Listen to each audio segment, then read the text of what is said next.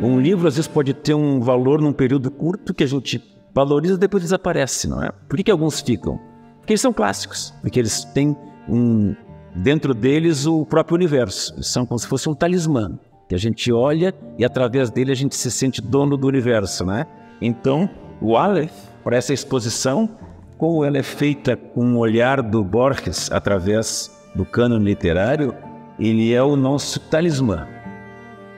Aqui na primeira parte dessa exposição, nós temos uma obra emblemática de Borges, a primeira edição de El Aleph, que é um livro que compila vários contos, entre eles este, de nome El Aleph, que trata de uma pedra que nos faz ver o cosmos.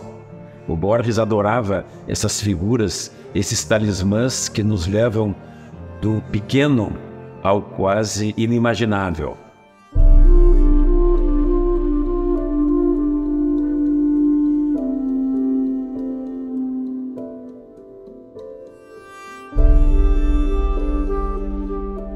Uma grande característica de Jorge Luis Borges, que ele é um autor, ainda que tipicamente argentino, ele é um autor universal. O Borges é o contista do realismo mágico, né? Ele é o precursor do Gabriel Garcia Marques, do Cortázar, de todos que vieram depois. Ele é o que começa a brincar com a tensão entre a realidade e o ficcional, o imaginário e o real. Nessa revista Sur é onde a turma da América Latina, sobretudo os portenhos e os argentinos, mandavam os seus materiais. Então aqui, antes do Borges virar o grande Borges, ele manda para a revista Sur o Aleph, que é só o conto. Eu acho que talvez se tivesse que escolher 2 ou 3 contos de toda a obra do Borges, o Aleph é um deles. Eu comecei a me dedicar a exposições literárias num tempo mais recente. E o que aconteceu? Eu fui estimulado, fui provocado pelo professor Francisco Sampaio, presidente da Academia Nacional de Medicina, a trazer parte do meu acervo de obras raras de primeiras edições que eu tenho na minha casa. Tem obras muito importantes nesse acervo em primeiras edições ou em edições antigas, não é?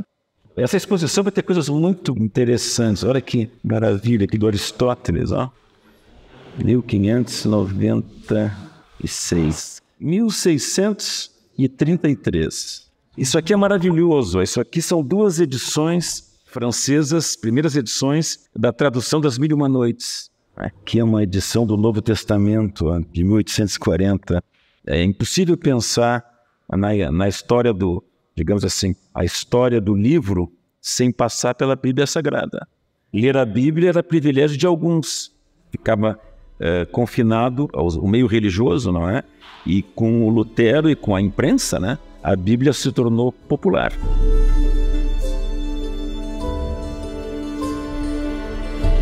Essa coisa que parece completamente absurda, ela tem muita lógica. Nós temos 2 andares da exposição. Quando surgiu a ideia de fazer essa mostra com esse olhar borgiano, considerando essa área tão privilegiada aqui da Academia Nacional de Medicina, no Rio de Janeiro, prédio belíssimo, não é? Tem espaços muito, muito bonitos.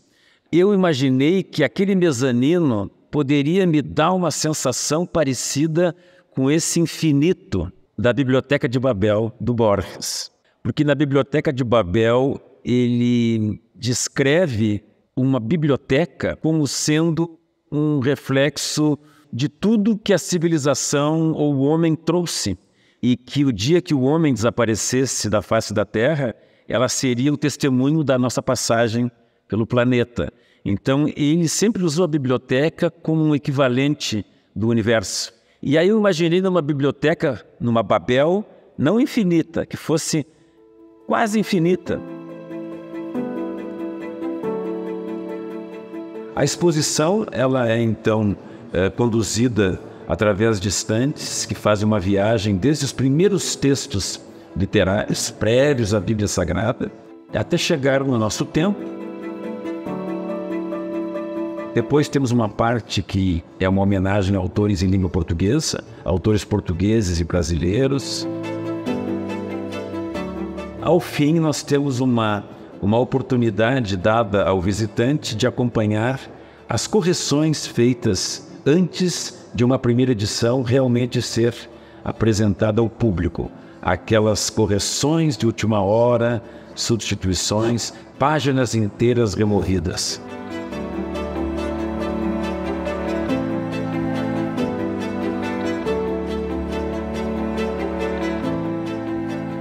A curadoria de Babel Infinita é de Facundo Sarmiento, um amigo de Borges desde a sua infância e que talvez tenha sido a pessoa que mais entrevistou Borges ao longo de sua vida.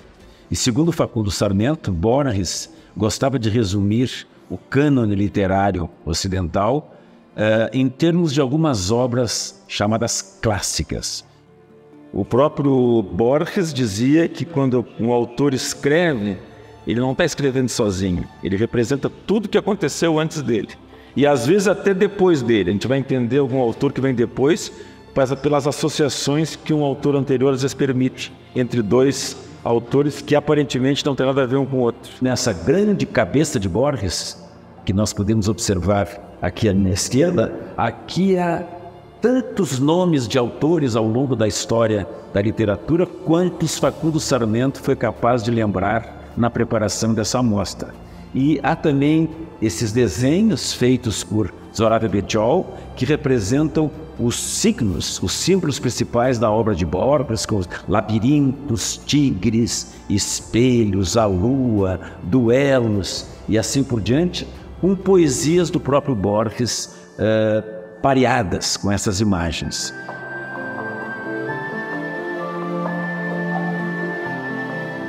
Eu acho que um aspecto importante do Borges é que ele tem um olhar sobre a literatura muito próprio.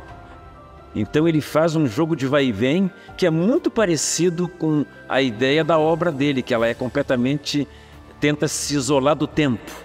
Os textos, as ideias, as sensações pudessem caminhar em vários sentidos. O Borges acredita, como eu, que os livros conversam uns com os outros. Dentro disso, ele considera que uma vez escrito um texto, ele passa a ser patrimônio da humanidade. Ele não acredita em autor. Para Borges, o autor é muito secundário. O que importa mesmo é o leitor.